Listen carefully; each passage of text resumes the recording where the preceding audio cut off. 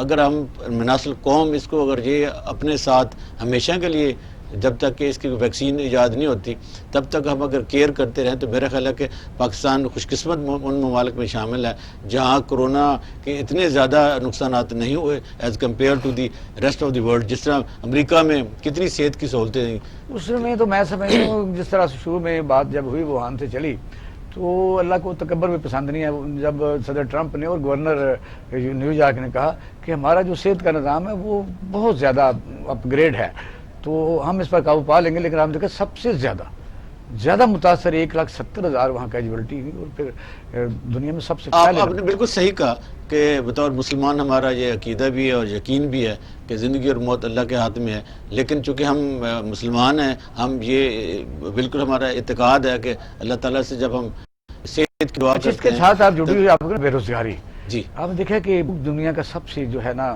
وہ میں کہتا ہوں اذیت ناک ہے, اس سے زیادہ لوگ مرتے ہیں, خودکشیاں کرتے ہیں. پچھلے دنوں جو ایک سروے آیا ہے تو اس سے زیادہ لوگ بھوک سے بھی مرے ہیں. پاکستان میں خودکشیاں بھی ہوتی ہیں, بڑے دور دراز علاقے ہیں. تو میں سمجھتا ہوں کہ یہ جو اس وقت ایکٹیویٹیز کو کھولا جا رہا ہے, انڈسٹری ساری کھولے جا رہی ہے, ہوٹلز کھولے جا رہے ہیں اور اس کے ساتھ جڑے ہوئے سٹور دکانیں اور اس طرح کی جو ایکٹیویٹیز ہیں, لاکھوں جو مزدور بے روزگار تھے تو وہ جانے جن جو بے روزگار ہوتے ہیں کھول دیا گیا ہے.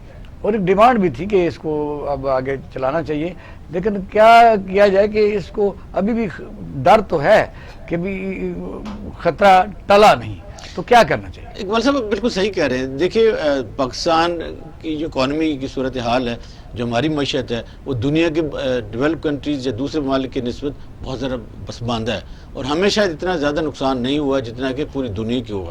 لیکن ہم نے نئی جدتیں بھی تلاش کر لی ہیں اور آپ صحیح کہہ رہے ہیں کہ اگر یہ اس قسم کی پابندی مسلسل رہتی تو ہمارے ہاں غربت کا جو معیار ہے جو پہلے ہی ہے اسے زیادہ بڑھتا اور ہمارے ہاں جو سکھ یونٹ ہیں وہ پہلے ہی تباہی کی طرف جا رہے تھے اور مزید چلے جاتے. فیکٹری ایریاز, ریسٹورنٹ, جو سیاحتی مقامات بہت ہوتے ہیں وہ ہمیں اس پر سوچنا یہ ہے. لوگوں نے رینٹ پر لیے ہوتے ہیں, سیزن اگر گزر جائے تو آپ دیکھیں کہ وہ بہت زیادہ اس میں میں سمجھ انہوں نے لیے ہوتے ہیں, ان کا نقصان ہوتا ہے. فیکٹریز جو ہیں ڈیفالٹ کر جاتی ہیں, سکھ یونٹ بن جاتے ہیں. تو یہ اس کو جب کیا گیا تو یہ الحمدللہ میں سمجھتا ہوں کہ ایسے اس وقت ہماری ایکسپورٹ بھی آپ بالکل صحیح کہہ رہے ہیں کہ ہماری سیاحت اچھی خاصی سیاحت ہے. ہمارے چاروں صوبے سے لوگ ہمارے جو آزاد کشمیر ہیں ادھر آتے ہیں, گلگت بلتستان میں آتے ہیں. ایک طبقہ ایسا ضرور ہے ملک صاحب کہ وہ لوگوں کو اب آتا رہتا ہے. شروع میں تو لوگ کہتے تھے کہ آپ نے دیکھا ہے کوئی مرا تو آپ کا رشتہ دار, پھر گھروں میں پہنچ گئے. وہ ہم نے دیکھا کہ محلوں میں یہ بیماری آئی, پھر میرے رشتہ داروں میں بھی میری بہن سکی, میرا بہنوئی, ان کے بچے متاثر ہوئے. تو پھر لوگوں کو پتہ چلا, جس سے آپ نے خود بھی کہا کہ عید جو چھوٹی عید کے موقع پر ہم نے اتنی احتیاطی تدابیر کو اختیار نہیں کیا, اس کے بعد ایک ویو آئی, اس ویو کے نتیجے میں سمجھتا وزیر اعظم کی تو آپ نے دیکھا کہ گو مونگوں کی حالت تھی. پھر کسی اور پورشن سے بھی مثلا عدلیہ دیکھا, لوگوں کے لیے بھلا سوچا کہ بھی کھولا جائے سب کچھ, لوگوں نے اس پر عمل نہیں کیا. تو پھر جو لیکن وزیر اعظم کا ایک اندیشہ صحیح تھا کہ اگر ہم بالکل اس کو مسلسل بند کرتے ہیں تو پھر ہماری جو سکھ یونٹس ہیں وہ مزید سکھ ہو جائیں گے اور ہمارے غربت بڑھے گی, بے روزگاری بڑھے گی.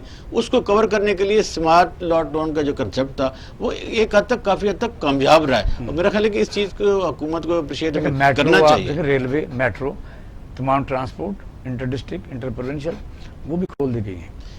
کہنے کو تو آپ سمجھ سکتے ہیں کہ کہا گیا کہ بھی آپ کھڑے وہاں نہ ہوں, گاڑی جتنی سیٹیں ہوں, چلو ڈسٹنس بھی آج ختم ہو گیا, لیکن لوگ عمل کریں گے نہیں. میرا خیال ہے کہ ہمارے یہاں نا ایک جو کیجولیٹیز کا کنسیپٹ ہوتا ہے نا کہ ہم چیزوں کو کیجول لیتے ہیں, وہ اگر پریویل کر گیا تو ہمارے یہاں دیکھیں جیسے WHO کے ادارے کہہ رہے ہیں کہ یہ ویو ختم نہیں ہو گئی, یہ بار بار آ سکتی ہے, اور جب تک ویکسین ایجاد نہیں ہوتی یہ آتی اور جاتی رہے گی. اگر ہمارے یہاں متاثرین لوگ آتے ہیں ٹریول کر کے, تو ہو سکتا ہے نا دوسری رو جو ہے اس کی اس طرح شدت نہیں رہتی, تیسری دفعہ نہیں رہتی, چوتھی دفعہ نہیں. جس طرح ڈینگی آیا تھا, ابولا آیا تھا, دنیا میں کئی وائرسز ہیں, تعاون پھیلا, تو وہ آپ کا پوائنٹ اس حوالے سے ٹھیک ہے, لیکن اس میں ڈفرینٹ اوپینین ہے. جو مختلف ڈاکٹرز ہیں وہ مختلف رائے دیتے ہیں کہ کچھ کا خیال ہے کہ چونکہ ہمارا ٹمپریچر 50 سے ابو بعض اوقات ہو جاتا ہے تو اس کی وجہ سے فیصلہ کیا گیا تمام صوبوں کو اعتماد میں لے کے, جو مثلا ہماری جو نیشنل کوآرڈینیشن کمیٹی ہے, اسد عمر صاحب اس کے چیئرمین ہیں, تو سب نے یہی کہا. اور خاص طور پر جو ایجوکیشن